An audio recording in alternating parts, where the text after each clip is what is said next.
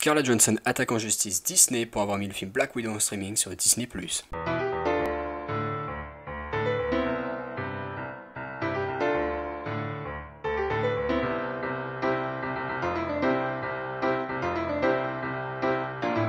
La grosse affaire du moment à Hollywood, c'est donc la poursuite en justice de Disney, intentée par Scarlett Johansson dans le cadre de la diffusion en streaming PVOD du film Black Widow sur la plateforme Disney+. Cette affaire fait ressortir plusieurs sujets en question dans le monde du cinéma et c'est pourquoi, après cette vidéo d'explication de l'affaire en elle-même, de son déroulement dans les grandes lignes, nous vous proposerons d'autres vidéos sur des sujets liés à cette affaire en se concentrant sur ses aspects juridiques mais aussi les causes du problème, ainsi qu'un petit focus sur la stratégie actuelle de streaming des studios. Donc pour résumer, le film Black Widow est le film solo de la Veuve Noire joué par Scarlett Johansson depuis 2010 dans l'univers cinématographique Marvel, à savoir dans le film Iron Man 2. L'actrice et le personnage font partie des 6 membres d'origine de l'équipe de super-héros de Marvel, à savoir les Avengers. Et comme tous les autres personnages avaient droit à leur film solo, les fans ont longtemps demandé un film solo pour Black Widow et Hawkeye, qui lui non plus n'en avait pas. Et 2020 devait donc être cette année-là, avec un film solo pour la Veuve Noire et une série originale Disney+, pour Hawkeye. Oui mais voilà, le Covid-19 s'est invité à la fête et est venu repousser tous les projets à succès de Marvel. Le film Black Widow se concentrant donc sur le personnage joué par Scarlett Johansson ne sort donc finalement que le 9 juillet 2021 aux États-Unis. Mais avec la fermeture des cinémas durant la pandémie de Covid, Disney a décidé de tester une nouvelle formule qu'ils appellent Premier Access, et qui est une nouvelle forme de PVOD où le spectateur abonné à Disney+, peut regarder le film le jour de sa sortie en salle, sur sa télé, pour un supplément de seulement 30$. Si vous vivez en France et que cela ne vous dit rien, c'est normal, la loi française ne permet pas ce modèle de diffusion. Mais Disney a donc testé cette formule sur quelques films dans l'année, dont récemment le film Luca des studios Pixar, les films Cruella et Jungle Cruise, et donc Black Widow. Sauf que dans le contrat signé par Scarlett Johansson en 2017, il était stipulé que le film aurait une sortie en salle et que l'actrice, qui est également productrice du film, aurait une partie de ses revenus déduits du box-office du film. Scarlett Johansson a donc décidé cette semaine, seulement un mois après la sortie du film, de poursuivre Disney en justice pour rupture de contrat,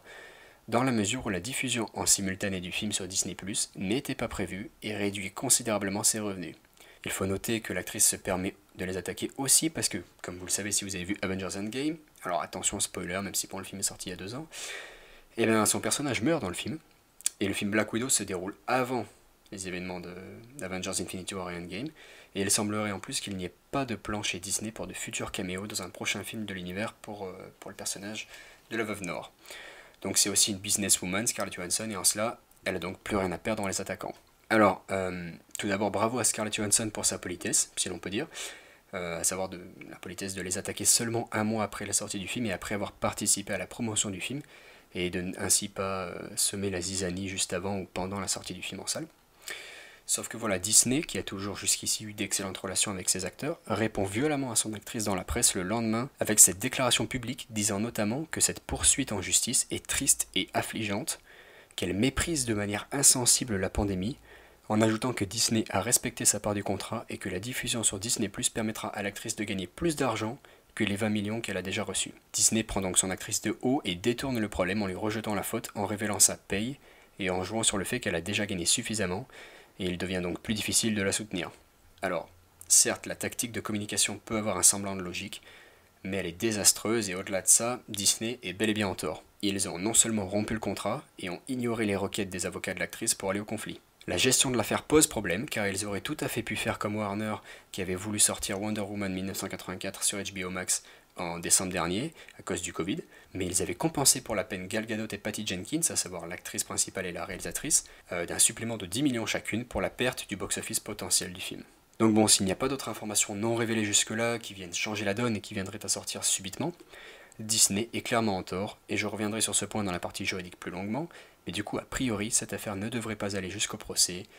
Disney va probablement continuer à balancer des déclarations et assurer un écran de fumée pour au final régler ça avec un accord sur la table et un bon petit chèque. Mais attention, parce que Scarlett Johansson a reçu de nombreux soutiens, dont plusieurs officiels de Disney et dont le directeur des studios Marvel, Kevin Feige, qui se dit outré par la situation qu'il avait essayé en vain d'éviter. Mais du coup, ça pourrait pousser d'autres artistes à faire de même, comme Emma Stone, qui est dans le même cas pour le film Cruella, ou encore le duo star du nouveau film Disney Jungle Cruise avec Emily Blunt et Dwayne Johnson. Donc Disney pourrait voir émerger de nouvelles poursuites ou voir sa relation avec ses acteurs se détériorer, de même que Warner qui ont eux carrément choisi en début d'année de diffuser tous leurs films de 2021 en simultané sur leur plateforme HBO Max, sans délai et sans supplément. Tout le reste de l'industrie cinématographique américaine pourrait donc bien se retourner face aux stratégies de ces deux studios, tentant de réagir à la pandémie et en ne préservant qu'eux-mêmes. Voilà pour le résumé de cette affaire dans les grandes lignes, qui met néanmoins en lumière plusieurs points qui posent question pour le futur de Disney et de l'industrie du cinéma de manière générale, et qui méritent d'être abordés.